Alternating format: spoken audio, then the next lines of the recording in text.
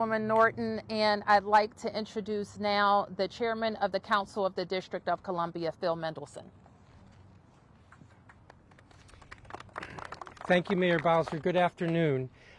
Before I go any further, I do want to introduce my colleagues who are here, and we are all here because we're making a point that the District of Columbia government is unified in concern and opposition to the language that is or is not in this continuing resolution adversely affecting the district. I'm joined by my colleagues, Councilmember Brianne Nadeau, Matt Fruman, Janice Lewis-George, Zachary Parker, Charles Allen, Wendell Felder, Anita Bonds, Kenyon McDuffie, Christina Henderson, and Robert White. There's one member missing because she is out of town. We are deeply concerned about the language that was released in the continuing resolution because of its adverse effect on the district. The mayor made the point that we would have to cut about $1 billion. Well, we would have a half a year to cut that 1 year savings, the difference between fiscal year 2024 and 2025. What does that mean? Why am I saying that? Because actually the effect is we would have to cut $2 billion in the remaining 6 months to achieve the $1 billion annualized savings. But it's not really savings because these are DC dollars. These are not federal dollars. Most folks, unfortunately, in this country think the District of Columbia is funded by the federal government. We are not. It is true that we are included in an Appropriations Act, not that we want to be, but the fact that we're included in an Appropriations Act, what Congress does year after year, is to approve the dollars that we've appropriated. Our dollars. And so by treating us like any federal agency when we are not, is to fail to recognize that the district operates as a state, and the so-called savings are not savings such as they would get by cutting a federal department or holding a federal department to fiscal year 2024. But as the mayor and the congressman noted, there have already been 2 continuing resolutions that have authorized our spending at current year levels. And so to switch, so to speak, switch the rules of the game in the middle of the game is even more damaging. And what is the impact? The impact is on public safety, on policing, on fire response, on public education, our schools, our charter schools, on the cleanliness of our city, on housing, on dealing with the homelessness, on all these issues. That would be what would be adversely affected. I can't emphasize enough, Congress has set us up to act like a state. We do act like a state. We're organized like a state. We tax like a state does. And we spend like a state does, except we have balanced budgets year after year.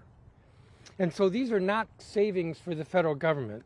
This is simply damage to the district. It cripples this district for the remainder of this year, which is why, again, we stand here in unified opposition to this language and ask that the amendment that Congresswoman Eleanor Holmes Norton has asked be included, that be accepted so that we can avoid this damage. Thank you.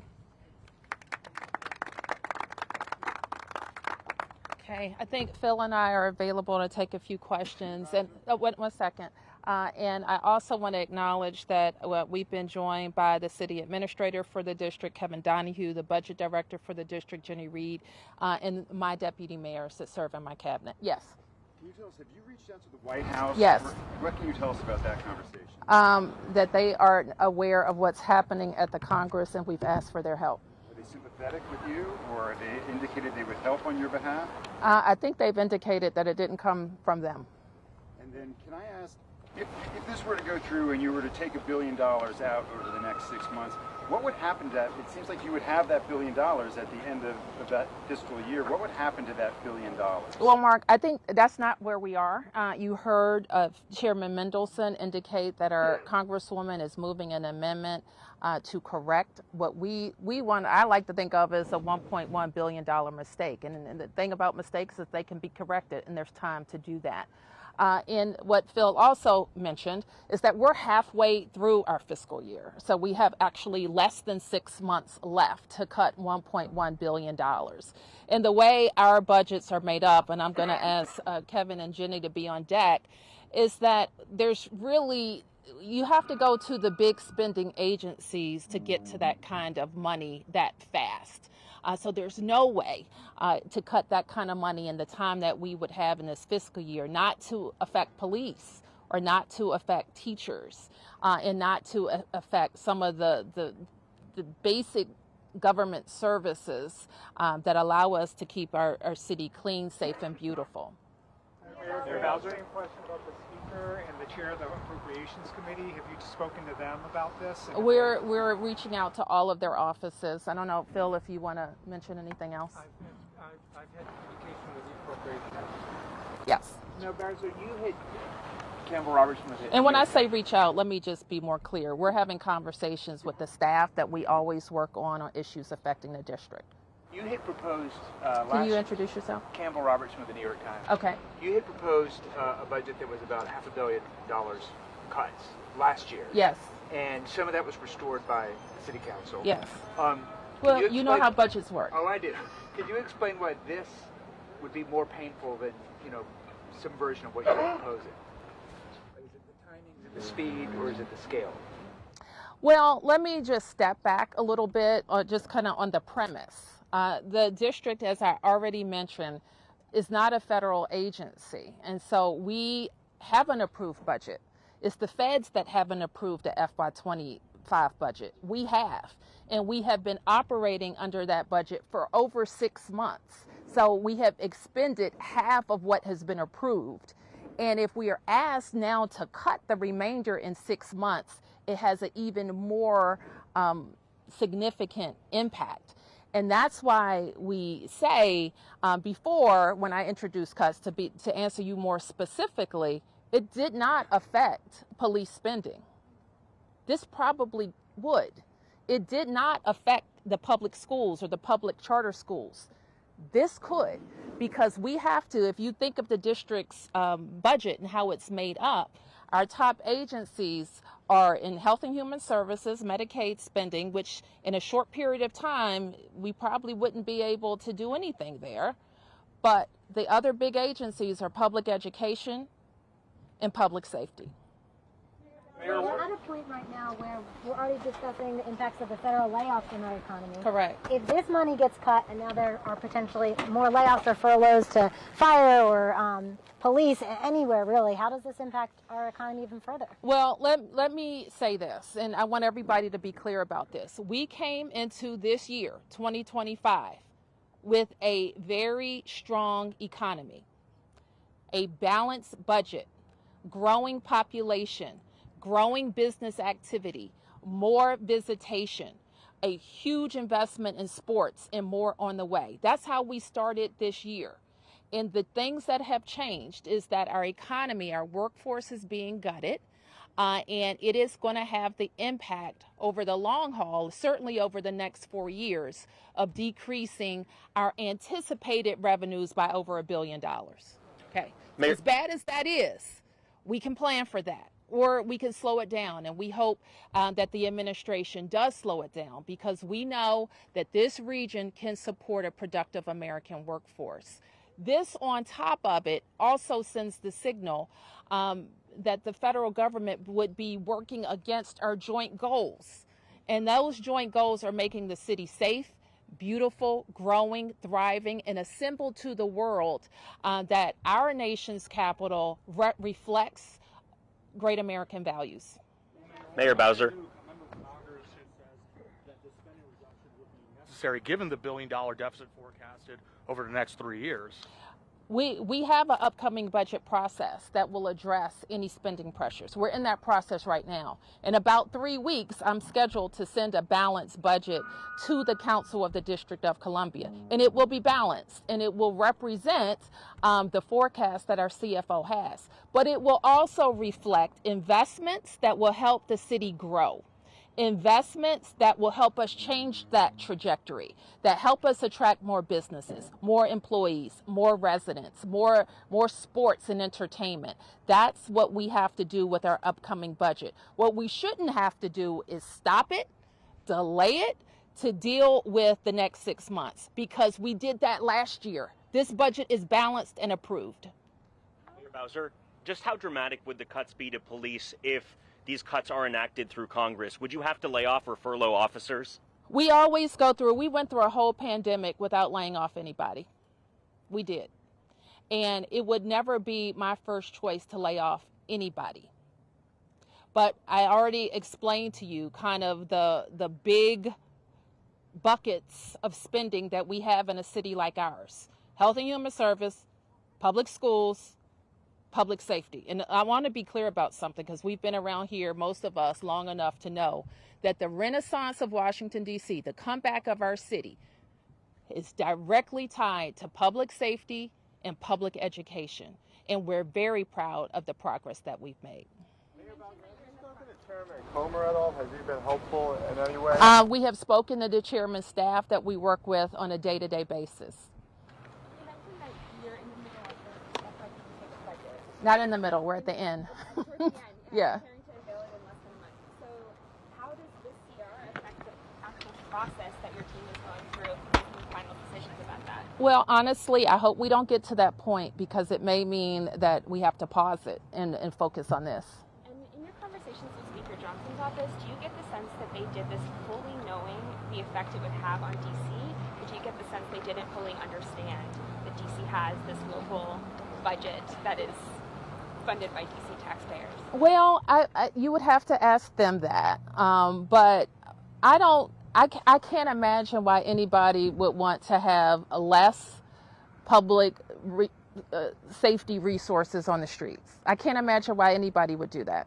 I can't imagine why anybody would want us to take money away from our schools that are performing, on par with public schools across the nation.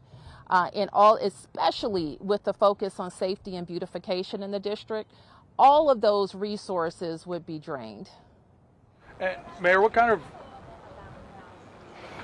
day-to-day effects of what this what passing the CR would look like for DC residents? Okay, I've said a little bit, but I'm going to ask Kevin Donahue or Jenny Reed to come up to talk about just kind of the budget impact and formulation process.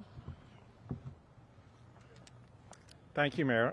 So a little context. So about a week ago, our CFO forecasted lower revenue over the course of the next 4 years. He forecasted about $1 billion that we would lose as a result of federal job cuts. The CR would have us cut that amount that we're planning for over 4 years over the course of 6 months.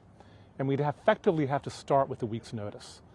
So when you have a budget that is 85% personnel, and almost all the personnel are focused on residents and delivering service, almost by definition, to make the math work on that kind of cut with almost no warning, you have to immediately go to where your spending is, which is on people that deliver service. So I would expect if this were to go through, we'd have an immediate hiring freeze. We'd follow up by identifying where we would begin layoffs, and we would have to relatively shortly begin layoffs to core services. We would try to protect and minimize the impact, but inevitably, if you're making effectively 4 years worth of reductions in a single year over 6 months with 5 days warning, there's not the time for the kind of planning we do each and every budget. A question was asked earlier about our last budget. We did, in fact, in our last budget, have to make about $500 million in cuts in 1 year. We had 6 months to plan for it. We were able to take it from efficiencies. We were able to identify services that were low performing or underutilized and sunset those. They were thoughtfully done in ways that minimize the impact on DC residents and visitors. When you're making that volume of cut, you're doubling it, and you're giving yourselves not 6 months to plan for it, but about 5 or 6 days. You don't have that kind of planning or thoughtfulness. You try to immediately begin to pull spending down to be able to hit the year-end number. And that starts with people, because 85% of taxpayer dollars goes to people who directly serve DC residents. Okay. Just a couple more. Others? Well, and would if this cut goes through, would that put any pause in, possible plans of putting a new NFL stadium in future budgets? Thank you for asking that question. It would put a pause in investments in how we grow And that's what, to deal with the forecast for the next 4 years, we have to be attracting new companies. We have to attract more residents, more workers, more entertainment options, including how we activate 177 acres that are now unused. Examining the district's bond rating in response to these federal workforce cuts, if the CR were to pass, would that at all play into the bond rating analysis? Do you know about that? I don't know if I could say that. Last question. Could you just sum up how you've made some progress with President Trump, with Republicans, including James Comer, on the Oversight Committee? Could you explain how this kind of goes at odds at the progress that you've made with Congress and with the White House?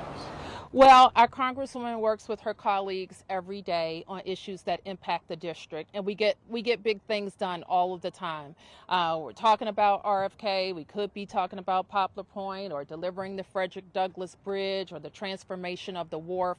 There are a lot of things that we do together. We also agree with the president's focus on in-person work. Unfortunately, that's being overshadowed by the mass of people being fired from jobs that they're doing to serve the American people. So this is what we do every day. Members of the council, we're talking to members today. We're talking all of the time to members, and we will continue our dialogue with the White House. Okay. With this idea that DC gets treated as a federal agency again, do you worry at all that this scrutiny on federal spending, the workforce, the cuts that are made, could then turn to the district government itself?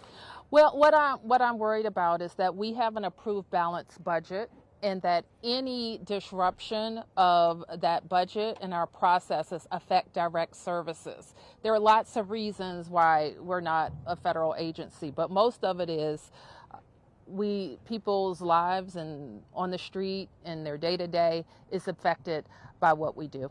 All right. Thank you, everybody. Thank you.